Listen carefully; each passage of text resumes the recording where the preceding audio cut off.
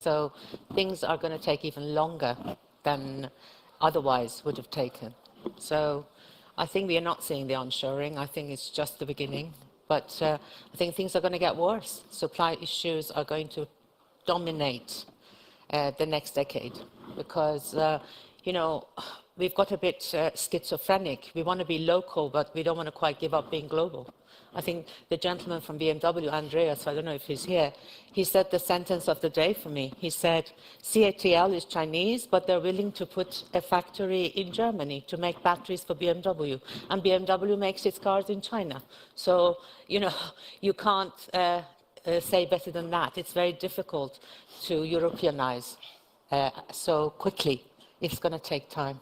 That it will take time, but do you see it happening eventually? Eventually it will happen because the rules of origin will dictate how people are going to live, how we're going to live in the future. What is the future of mankind? Because, you know, we haven't done anything really for climate change. Temperatures are rising, carbon levels, you know, emission levels are rising, so we have to do something.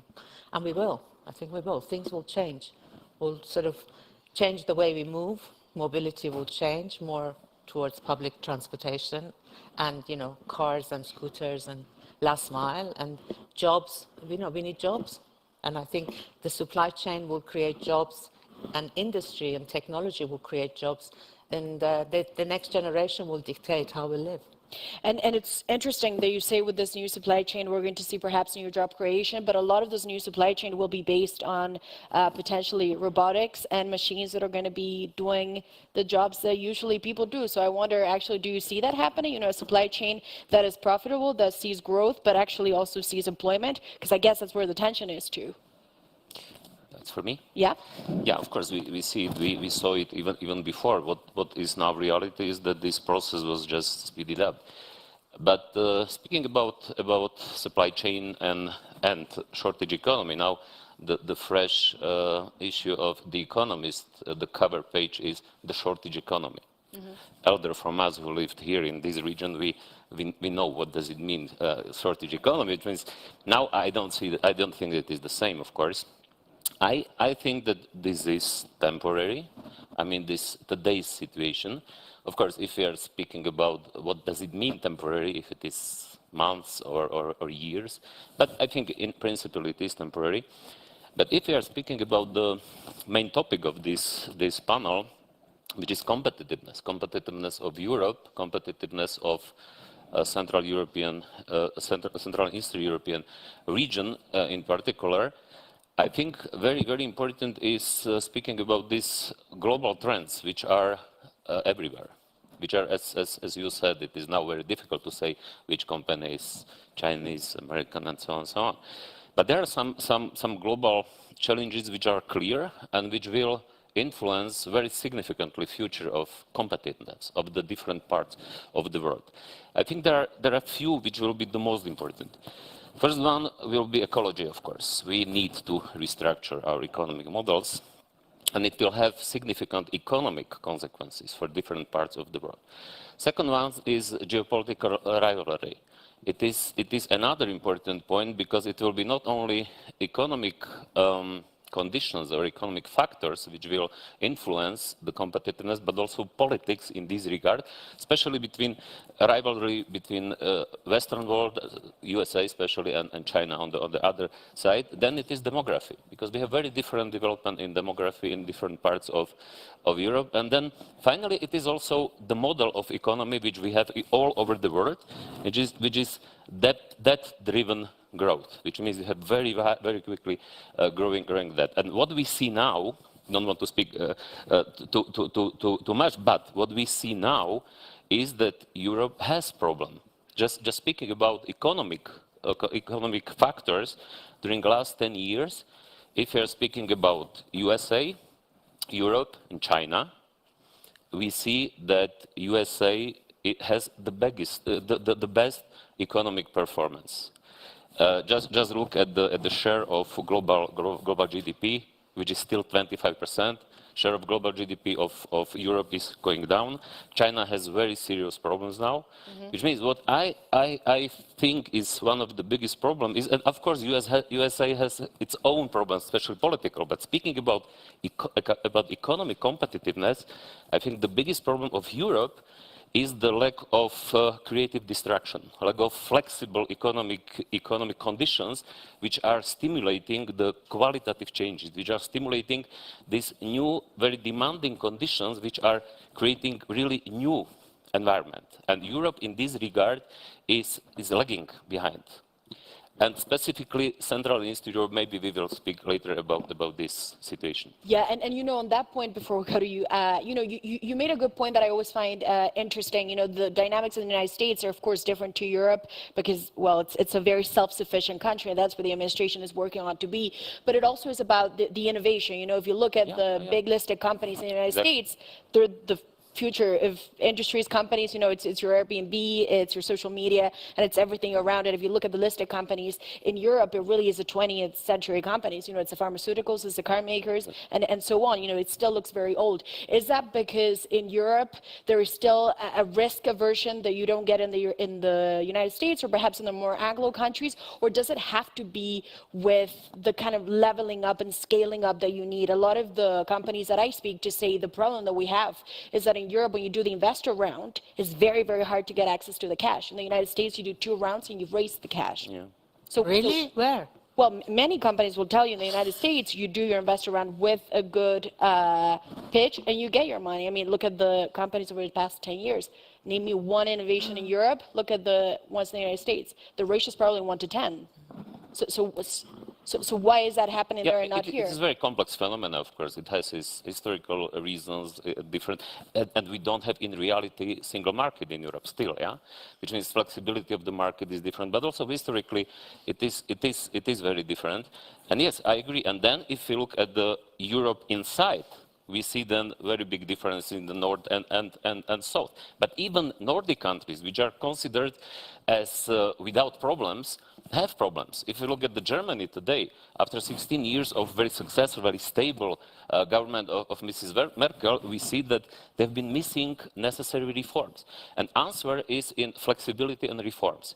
Because outside development is changing every day. And now after pandemic, it is changing even quicker than it was before. And if your system is rigid, if it's not flexible enough to react on this, for me, the best explanation is the Schumpeter's creative distraction. You need to have a very flexible system, which is very flexibly reacting on the new demand, on the new possibilities, on the new threats which are connected with this. And this is the problem of Europe. And just to the final round of questions, of course, let's talk about the geopolitics. When you look at the supply story, this is, of course, very much a political story in many ways, too. How much of an impact does the current geopolitics that we're seeing, you know, there's still huge trade tensions happening in the world, feed into this conversation? Yeah, I react to what TATRA said, right? I mean, we are a global company. I mean, in robotics, for instance, we have 3 factories, one in Europe, one in China, one in the US. And of course, I mean, what is happening now is impacting all 3 of them, right? And what you said, it will impact next years, you said decade. I think we will learn quickly what to do with that, because with this microchip shortage, and not only microchip, but microchip has started probably earliest, we now see the solution. I mean, if the one microchip, which was priced $2,000 per 100 pieces, is now $60,000, what shall you do? So immediately, in order to complete certain like big lines for 20 million euros, then you have to talk to the customer. Said, are you willing to pay spot price? Yeah. And this is the learning, and it will come, and it will be new standard, because we will be able to cope with that, because then you prioritize, right? What you said about the competitiveness. So for me, this is relatively easy fix. Of course, there will be shortage. It will have impact. I mean, there will be projects delayed. But what you said about the shortage of labor as well, I mean, we as a robotics company, we're always accused that we are taking work from people, and still the unemployment is on record high level, right, with increased automation. But what we should start talking about is reskilling of the people, and this is actually where we, at least in Central Europe, have really big gap to do, because the labor is extremely mobile today. Especially with pandemic that has fastened the process much quicker than expected. I mean, if you are an IT guy, it doesn't matter if you are working in Bratislava, Košice, or Sri Lanka. No one really cares. I mean, discussion about Innobat, I mean, what is the ratio of people employed in Slovakia and other 3 continents, right? I mean, you are very flexible.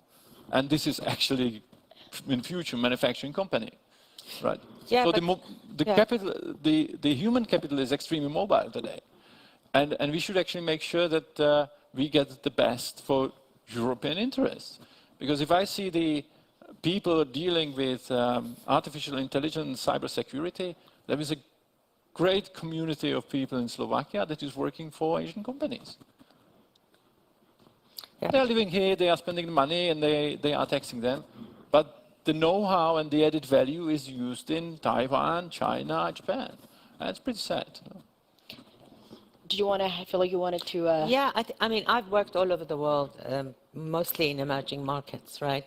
And people are immensely resilient. I mean, we say the British love queuing up. Shortage economy. We love queuing, so we're all queuing for petrol. And then, you know, something else becomes short. Everyone's queuing. It's a form of distraction for mankind. You know, you say you're too busy sourcing what is short to worry about real problems. Because you said it, there are very few leaders at the moment. Mrs. Merkel was stability for Germany. Who do you look up to as government? And another gentleman said something very good today. When politicians start choosing technology, we really need to worry. So I think you mentioned Innobat. It's only a year that I've started working in this region. Wonderful region, immensely capable. But I have to say that I find it amazing at how little support innovation gets here. Yes. You know, if you're innovative here, you're actually penalized. I'm very surprised. You know, it's like, what? You know, you should be really, really nurturing this innovation, all the ideas, you know, AI, robotics, battery value chains, all the great things that are happening here. But I see them fighting for basics, you know, getting attention. You said in the US you do a couple of rounds and you get your funding, right? I have never seen people work so hard to get funding that should come to them naturally in the Central and Eastern European countries.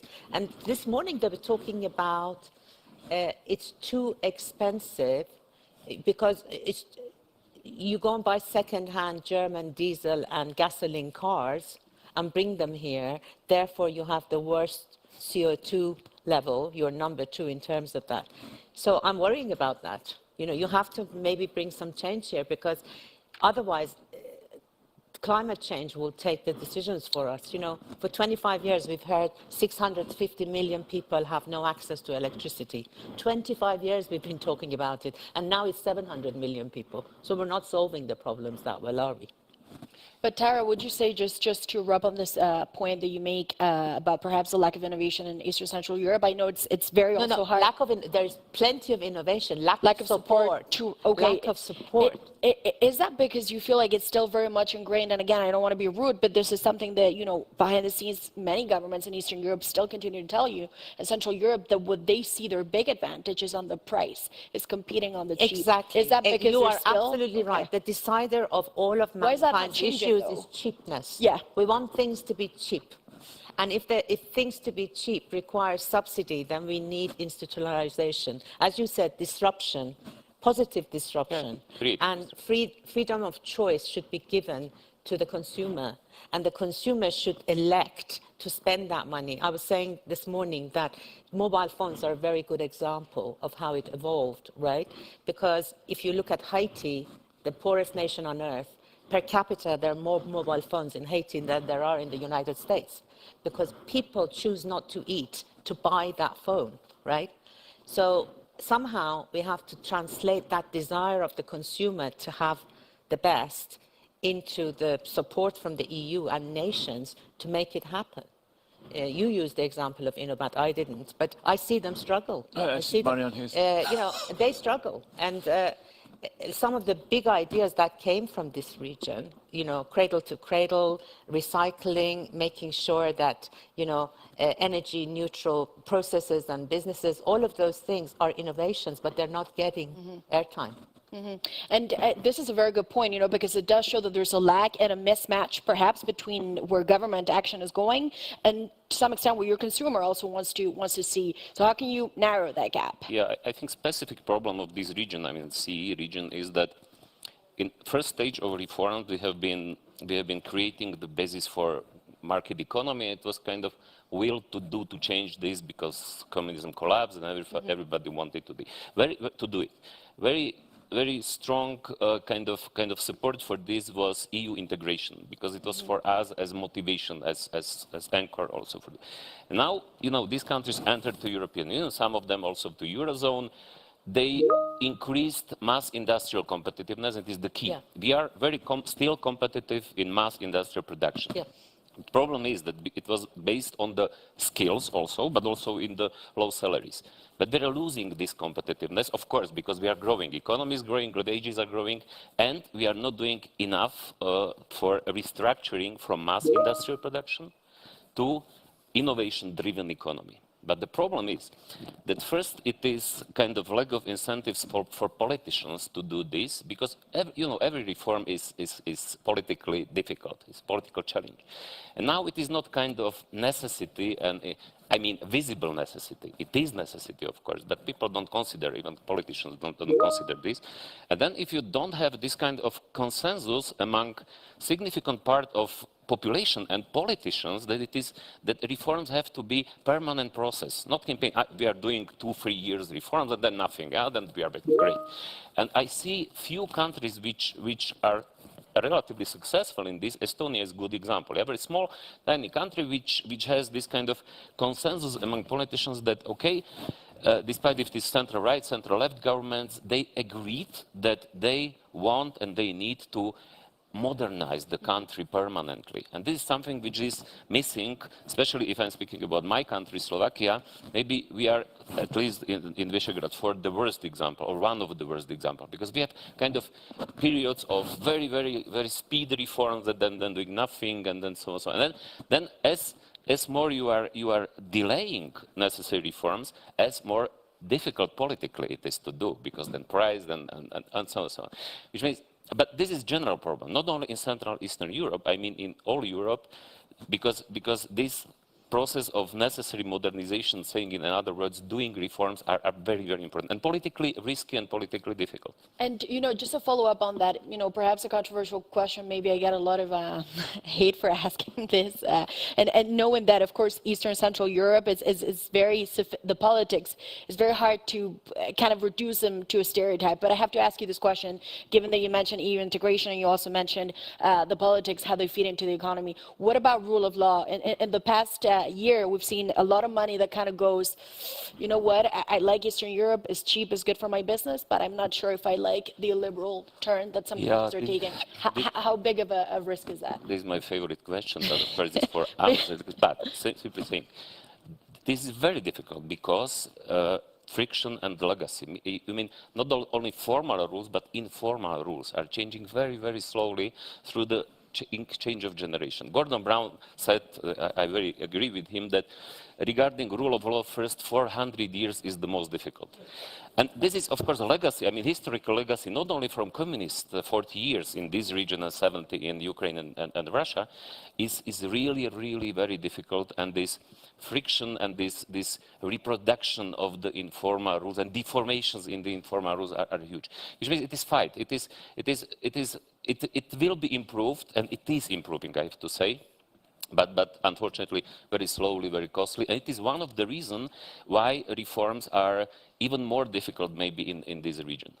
I spent 5 years in Ukraine. It is even more difficult. It is you know, extraordinary. On one side, they have a really IT sector, very developed, very competitive. On other side, they didn't do this industrial competitiveness reform. Restructuring of the old industry was not done, which means you have some kind of contrast in this, that it is objectively difficult, and it is simply impossible to change in few years. But it is necessary to fight and push.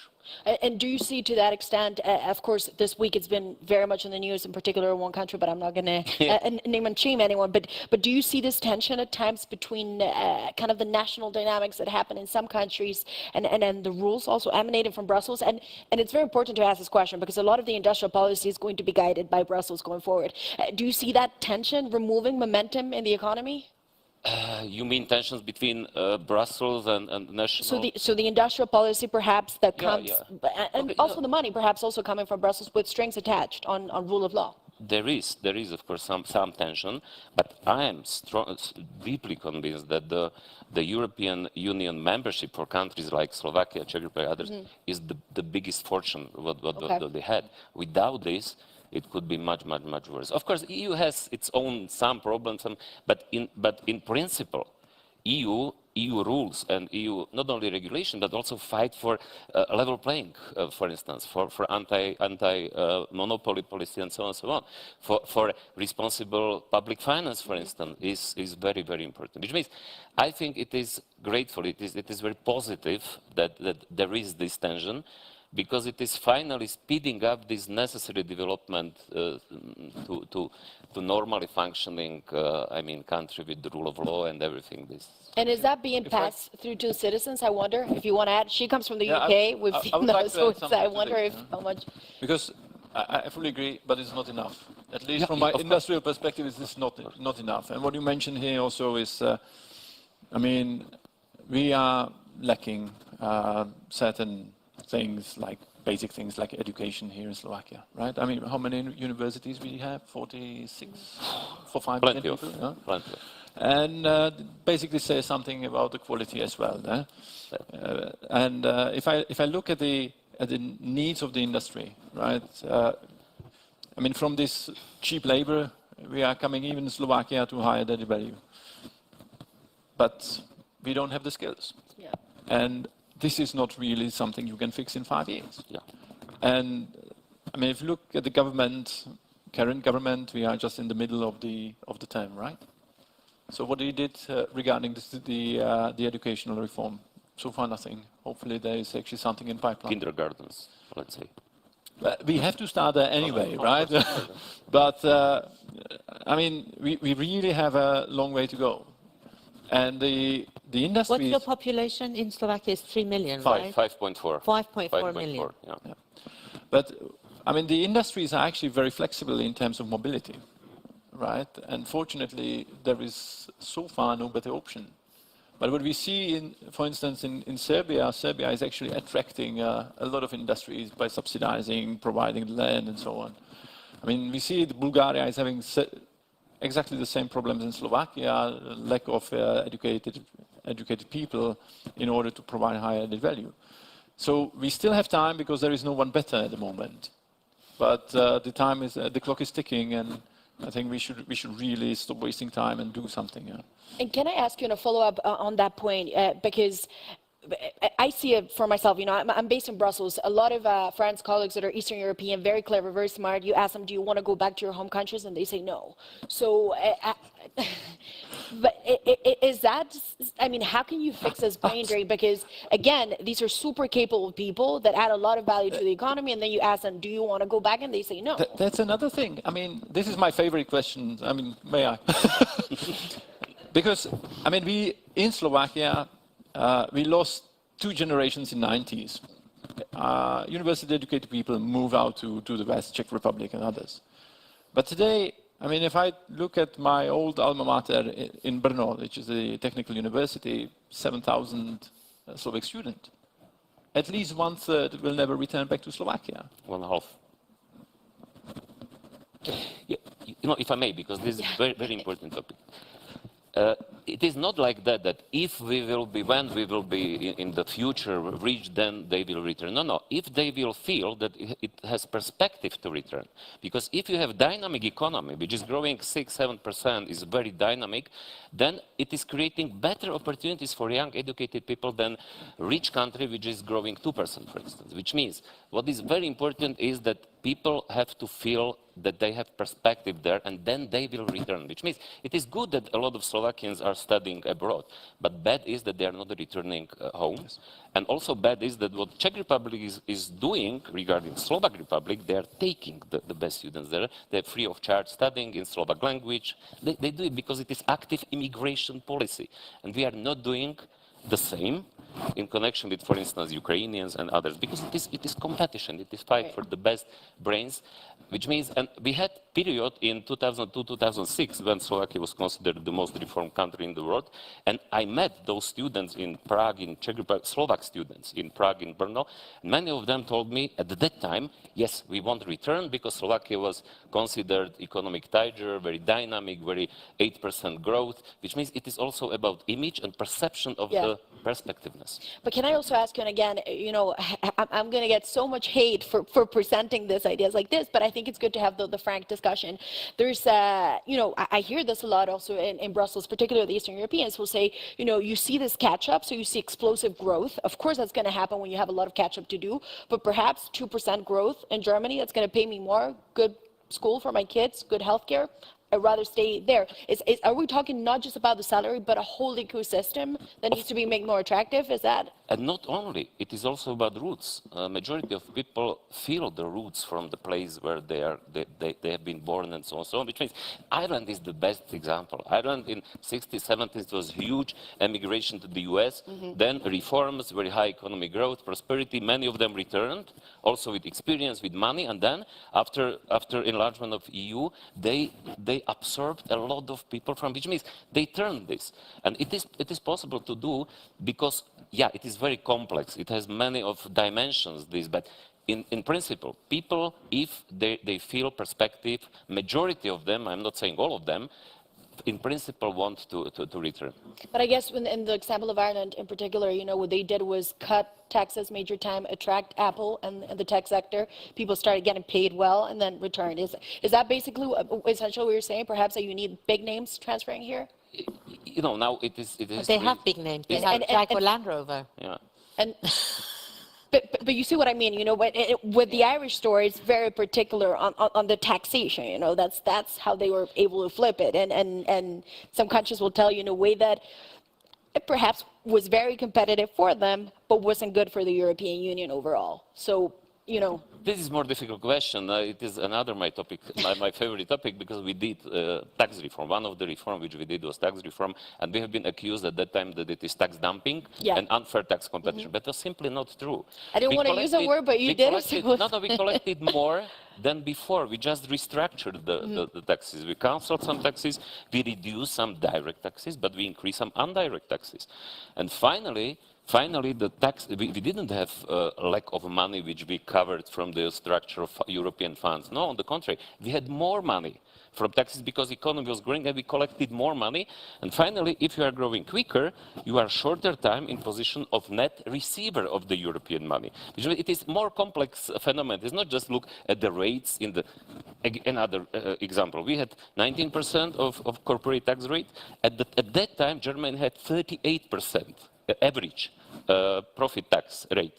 But we collected much more from this tax than Germany collected, because nominal rate is only part of the story. Another part of the story is tax base and exceptions, deductions, and so on, which means finally our 19% corporate tax rate was bigger than Germany's 38%.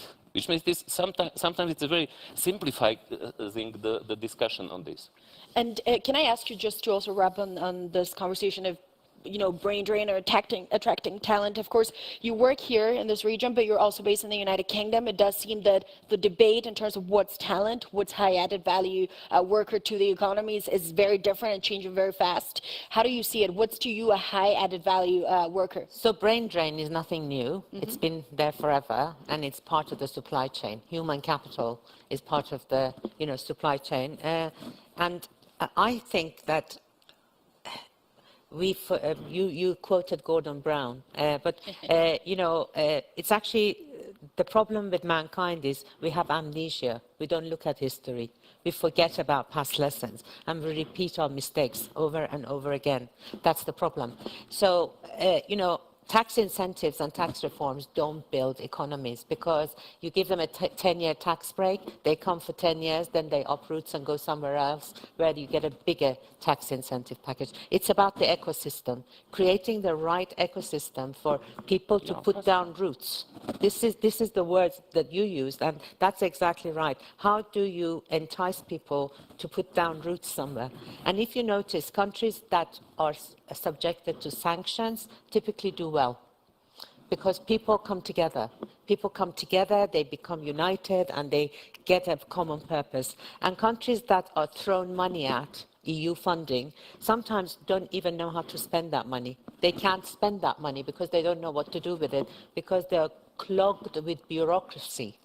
The issue of Serbia doing better is because they tackled bureaucracy. They set up a notion of one-stop shop to attract investment. And here I find in this region, especially in what I've experienced, the bureaucracy and the gentleman's club. I mean, the women are very subservient here. I don't know why. I mean, very, very, very capable women, very, on top of the world, but very subservient. I find that very strange, because I think if there were more women in positions of power, they know how to fix things, because you do that. And there's what I hope that the women here, do you have something to say about this? I mean, yeah, where are the women? We were having. Come on, Monica. Yeah, like, but how can you hear, like women in Eastern Europe are very kind of submissive, and I mean, I'm sure you have a reaction to that. We have Moldova now, which has president and prime minister. And you have a president. But that sometimes is different, because what you see is that women didn't make it to the top may not be reflective of what you see in the average labor force. With respect, I find a lot of those things symbolic, because the women who've made it into politics, and I'd cite Finland and other places as well, they stay neutral when it comes to choice of technology or choice of industry or whatever. They don't support one faction against the other. I think we need a bit more free enterprise and less bureaucracy from government. If we allow the commerce and industry and will of the people and the consumer to dictate a little bit more, then pricing wouldn't become such a big issue. Cheap cars for everybody isn't the way to go. It's good to have mass transport, mobility, and leisure cars, maybe. That's a different way of lifestyle. I mean, climate change will dictate our lifestyle whether we want it or not, because you should see the floods in Africa. You should see the temperature rises. It is real. And and people were arguing today about extending the gasoline ban to 2050, like it's a choice we have, like we can dictate at what date we turn the tap off. Nobody's taking it really seriously. COP26 is round the corner. Did anybody talk about it? They can't even attract the right attention to the right numbers. So I think we need a few more women in positions of actual decision-making when it comes to spending money and when it comes to creating jobs. You said the right thing. Tell the consumer that this chip is going to cost 10 times more than it did 2 years ago. Do you want it or not? Right? Your choice, huh? Yeah, and what Tara says about, the female workforce is just so important. Come on, these guys are now much smarter, they don't know much more than women do. Like, how do you get called things? I mean, I'm old enough not to care what I'm called. Pushy, ball breaker, battle axe. What was the other one? God, she's going to kill you before she lets you out of this room. You have to get used to that, But I think results will speak for itself. And this region has the most opportunity in Europe. Look at the demographics. Look at the age, the young. We have to look at the young, the proportion of the young.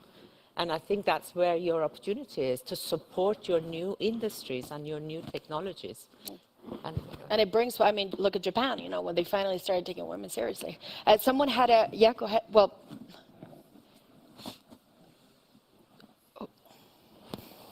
Thank you very much. Anton Spisak, Tony Blair Institute. I live in London. I'm one of those Slovaks who left when I was 18 to study in the United Kingdom. I did my whole university education my undergrads, master's, PhD in the UK. I've been away for more than 10 years now.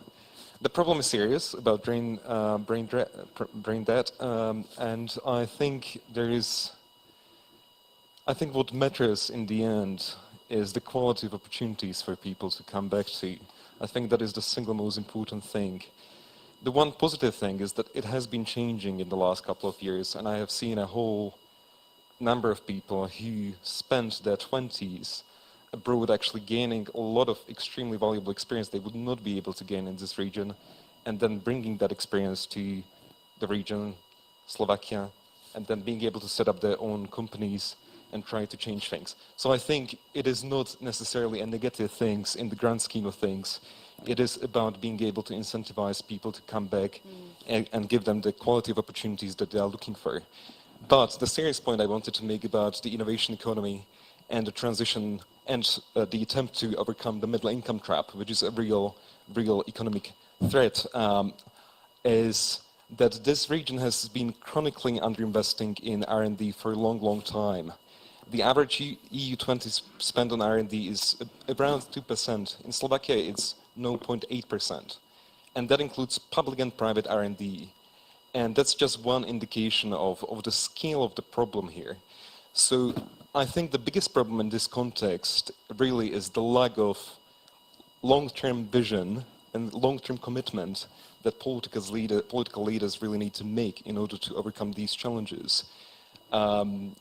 Because to overcome things like middle income trap, you really need to have long-term vision and the institutions that are able to safeguard that vision.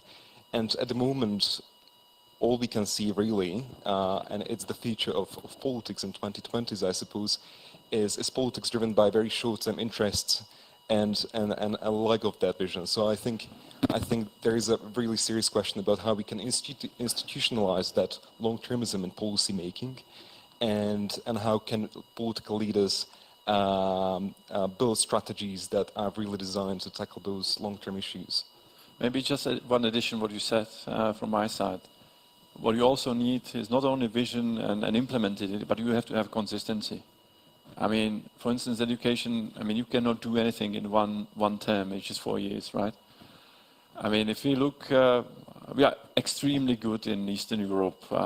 If we have new government, they take everything out from the predecessors, they start to build something on the new premises. And if I look at the Asia, for instance, Singapore, Japan, they always build on. And there are certain things where the opposition and the governing parties actually agree. We need education. And it doesn't really matter whether elections are won by this or that party, because they made certain agreements that they will continue regardless. I mean, they will modify it slightly, but not break it down into pieces and start again, right? But I fully agree with what you said, and it's great that people are returning, but it's not massive. It's not massive. I don't see it.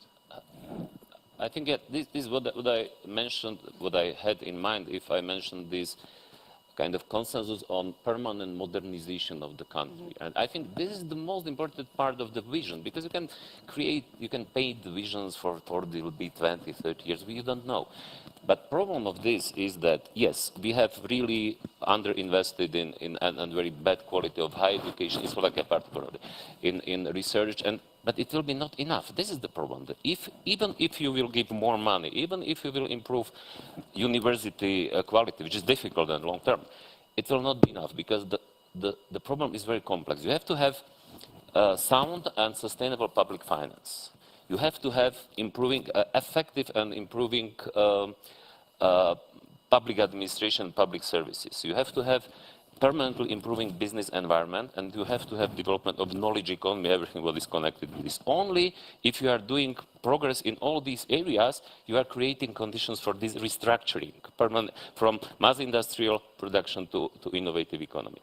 Even, for instance, if you will fulfill this free, but you will not have high quality of education, who will work in this innovative economy? Everybody will leave, especially those the best. Which means, and problem is, this short-termism in politics is not only problem of this region, it is problem of parliamentary democracy, of course, everywhere. Now it is even more difficult also because social media and everything connected with this which means, yeah, it is really a real challenge. And now we need even more than before strong political leadership. Because this short-termism, if politicians are doing everything just to be, the most important priority is to be re-elected, and then of course we have populism, we have indebtedness, we have lack of reforms, and so on and so on. And actually, before we move to perhaps the European Recovery Fund and the money that's coming in, because that's green and digital, Tara, I want to ask you a question that I think is very fitting for this panel. You know, you're both in the UK, but also here.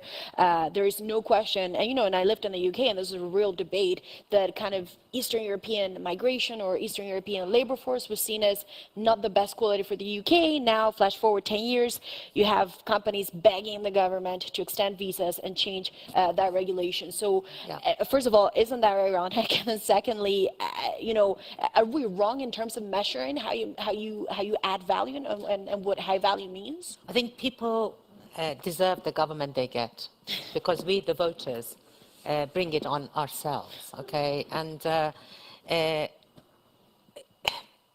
in the past, the problems were maybe the same, but the respect for government was different. There were leaders.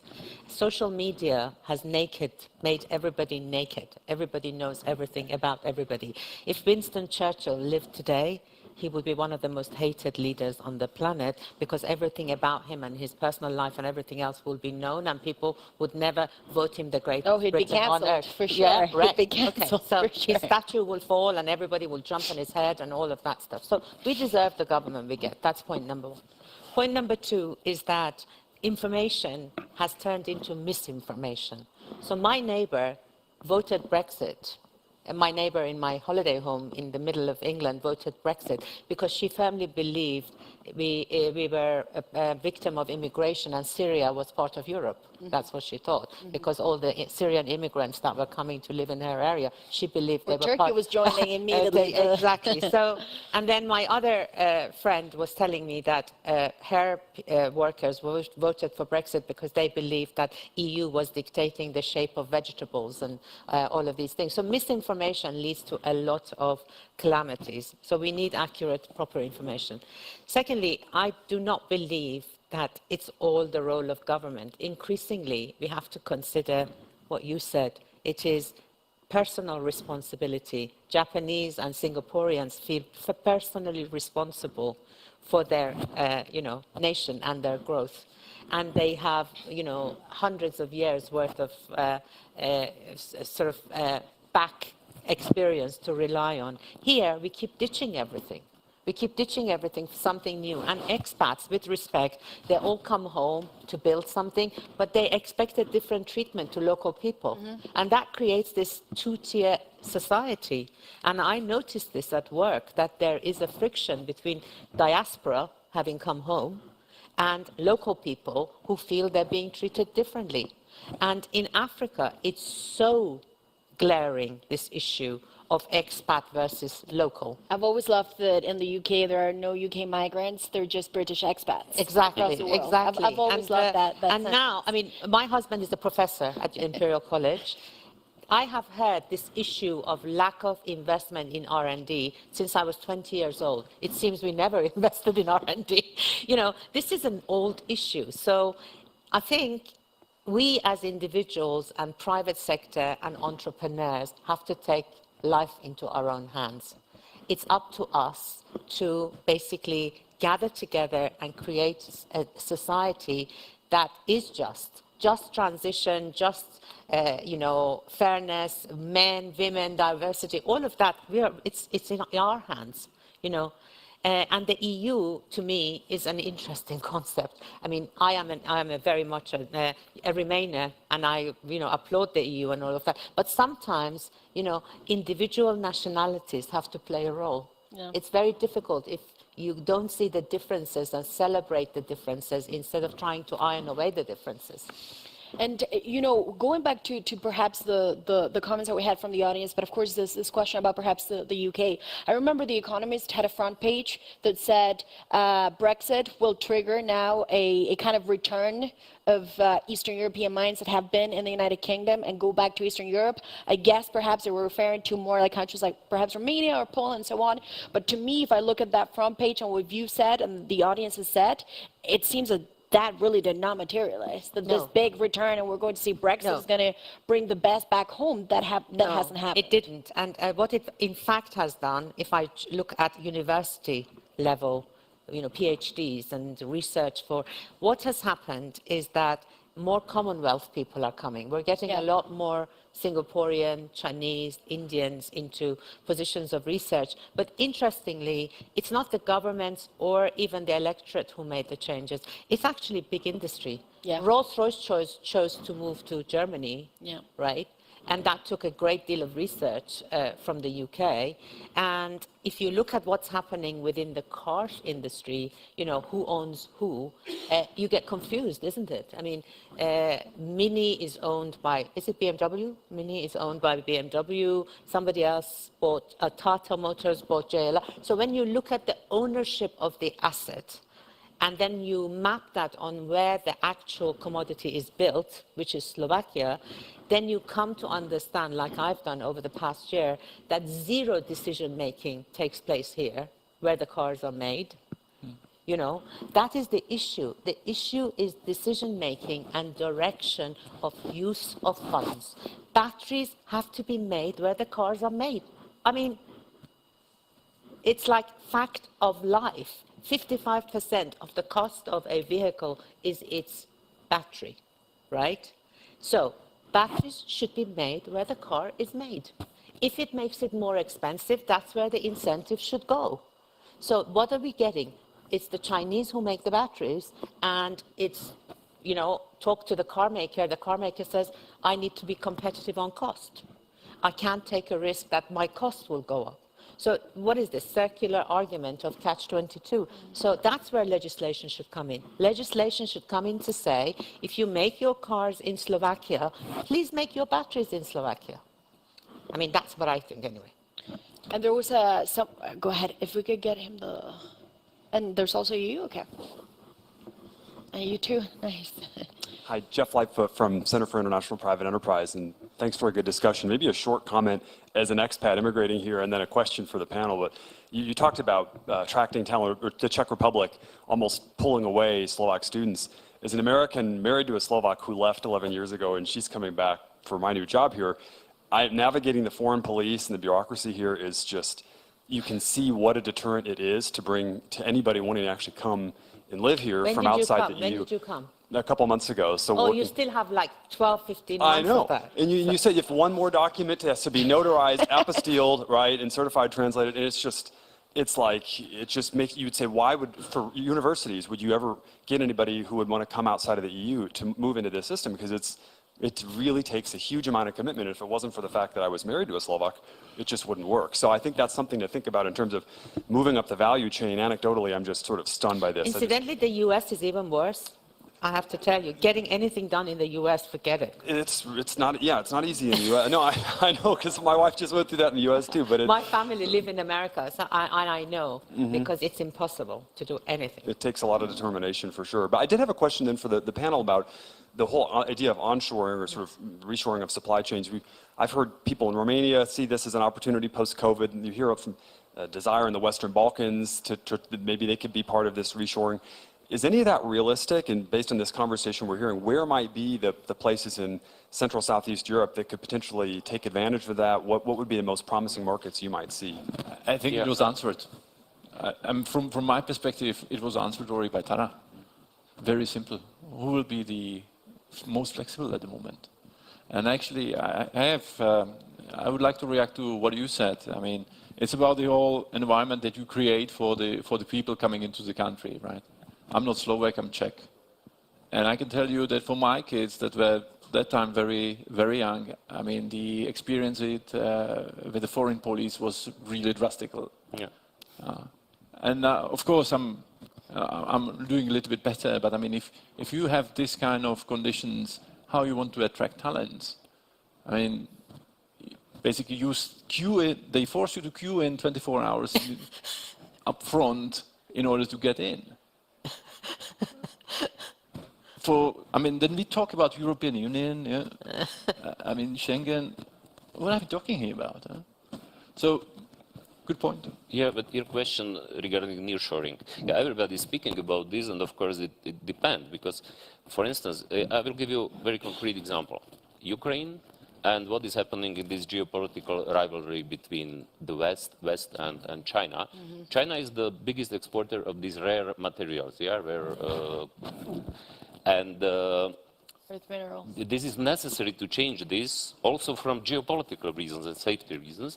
And Ukraine, on the other side, has a lot of resources in titanium, for instance, which means in these areas, I think it will be, surely, because not only economic reasons, but also other political and geopolitical reasons. Well, there is the lithium, the biggest lithium deposit outside of China is in this region. Right? It's Czech Republic and Serbia, but the bureaucracy surrounding it has made it almost impossible for the past 20 years to get past this schizophrenia of wanting to have mobility and cars and batteries and not wanting to harm the environment. So, so that's why everything is so slow. And that's the debate, to involve the electorate in understanding a little bit more what it means. But looking at the UK, we have a project with Innobat in the UK. It's 100 times worse because people have lost the will to make anything. Manufacturing is a dying sector in the UK. Margaret Thatcher started selling everything, right? And now we're trying to save the car sector by incentivizing packages and all of that. So what did the government do? Gave money to Stellantis and gave money to Nissan, right, to make electric vehicles, but didn't consider the battery, didn't consider where the battery comes from and how it needs to be recycled, because that's the other thing.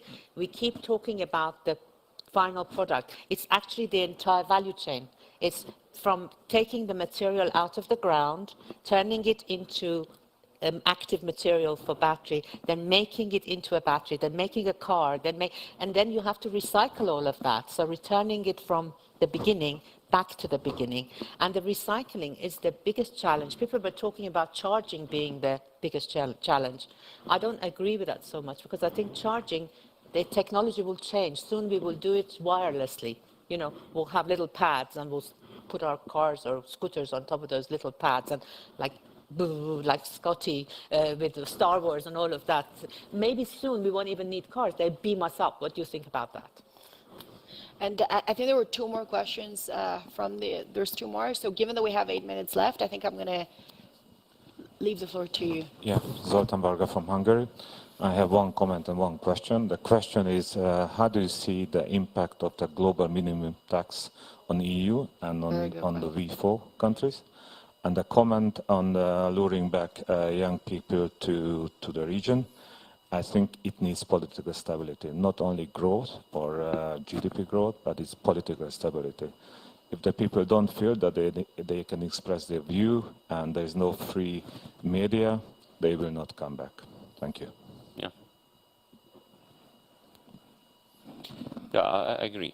Regarding global minimum tax, I don't see a problem in this if it is this concept as it was agreed. I mean that it will be for the global international companies 15%. Of course, it will be Ireland will be affected, but only Ireland and Hungary. I think only two European countries. But it has logic. I had nothing against this. What we have been afraid when it was discussion about harmonization of the corporate income tax in Europe, it was much broader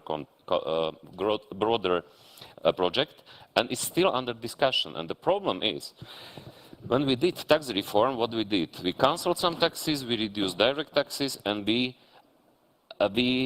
cancelled almost all exceptions, deductions, and special rates, which means we broadened tax base. And now you have problem because if you want to have the same rate, the same tax, not only rate, but tax, corporate tax, you have to have not only the same rate, but also the same base.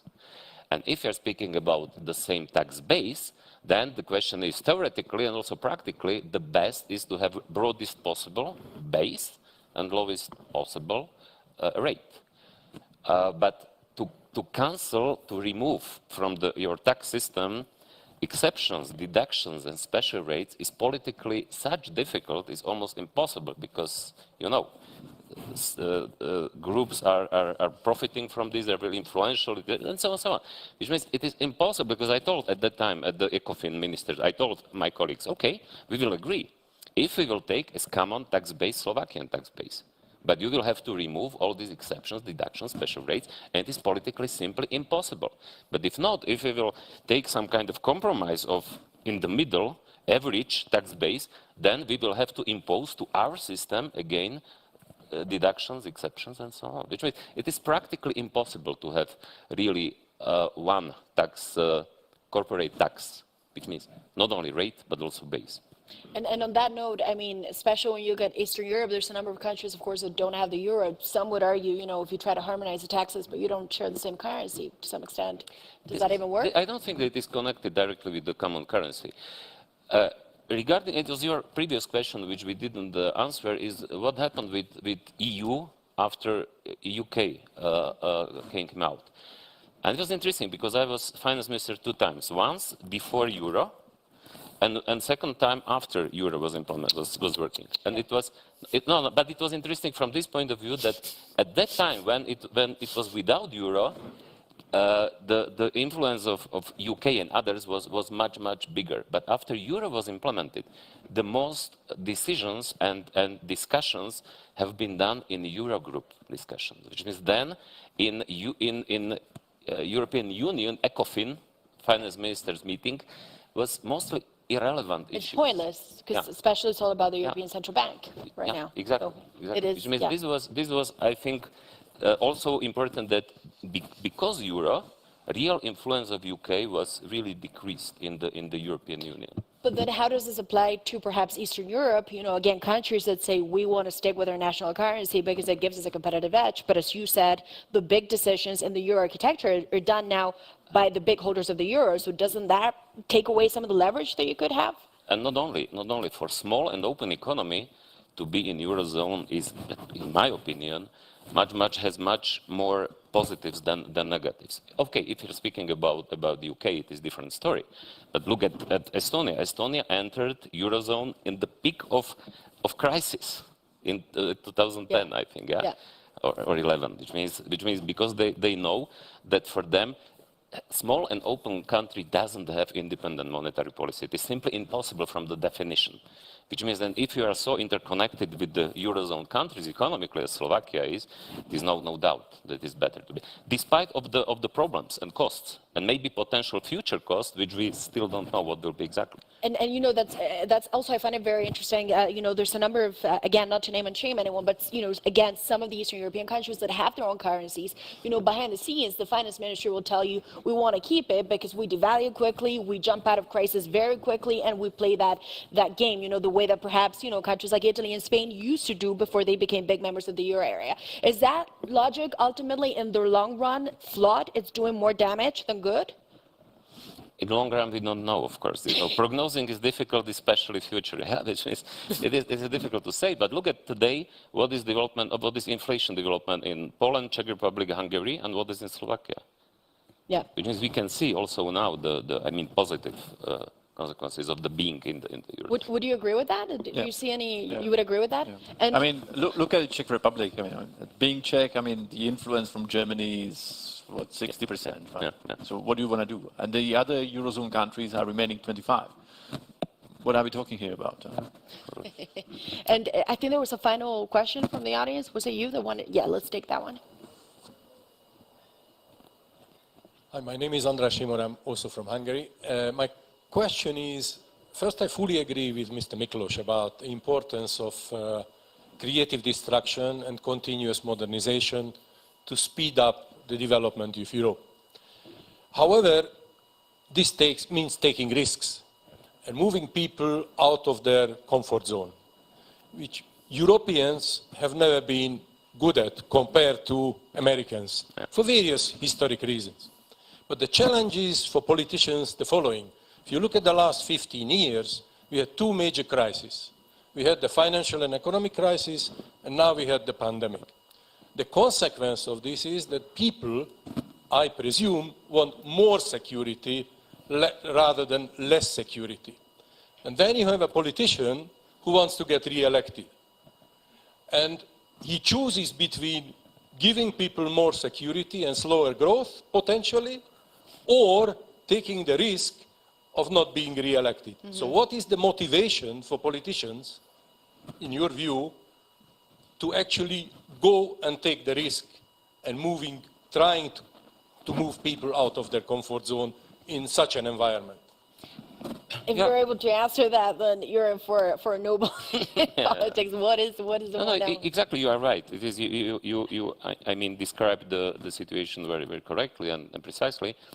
The motivation has to be to change this vicious cycle, and to be leader and statesman, and not the ordinary politician. I know that it is difficult. Even I have to say that I am not optimistic regarding the future development, not only in this region, but finally in long-term perspective, I think finally if we will see that it doesn't work, it is necessary to change this, that hopefully it will be changed. Because, you know, finally, I like this kind of words that politicians are doing what is necessary and useful after trying everything else. Do you want to add on? How about a game to change politicians' space with private sector? So company chairmen could go and become politicians, and politicians could come and run the private sector for a bit. Because I think this public-private partnership is where it's at. This is in Singapore. I mean, Yes, you have exactly. to have 20 years of experience in private sector in order to. But I have to say Exactly. it is also in Czech Republic, which means to be careful, please. But Let's see. Let's see tomorrow. Let's see tomorrow. But Pavel, I'm pretty sure you speak to a lot of companies, and but also a lot of politicians. You speak to a lot of people all the time to try to make this happen. When you speak in particular to politicians, what is it that you tell them? I'm sure you always tell them the one line. I mean, there's got to be something that you repeat. We need to get this right. Well, it's a brilliant question, but what is coming as a most of the times in current times, I would say last couple of years, is the fragility of the government. Okay. Yeah. So you don't have the kind of the kind You of person on the mentioned other the side of you. strong leader, right? Yes. But you cannot be really strong leader if you don't have the ultimate support. Yeah. And then we can have a look at Slovakia, we can have a look at Czech Republic, I mean, not only. I mean, if you have actually five parties in the government, how stable the government is, and how much political power you have to do something, right? Yeah. And can I just ask you, since we're running out of time, but I'm still curious, you know, there's all this recovery fund, you know, money, they say it's green, it's digital, this is going to take Europe to the next kind of big industrial revolution. Are you excited about that? Do you think it's going to turn into another Juncker plan that, He looks you know, very excited. Look, that was big, but didn't... what was Minister Dolezal saying 1 hour ago here? So excited. He said, for me, the priority is to build the roads.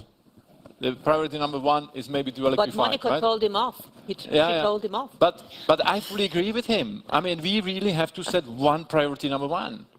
I mean, you cannot have 5 priorities number one, because then you do nothing. You know?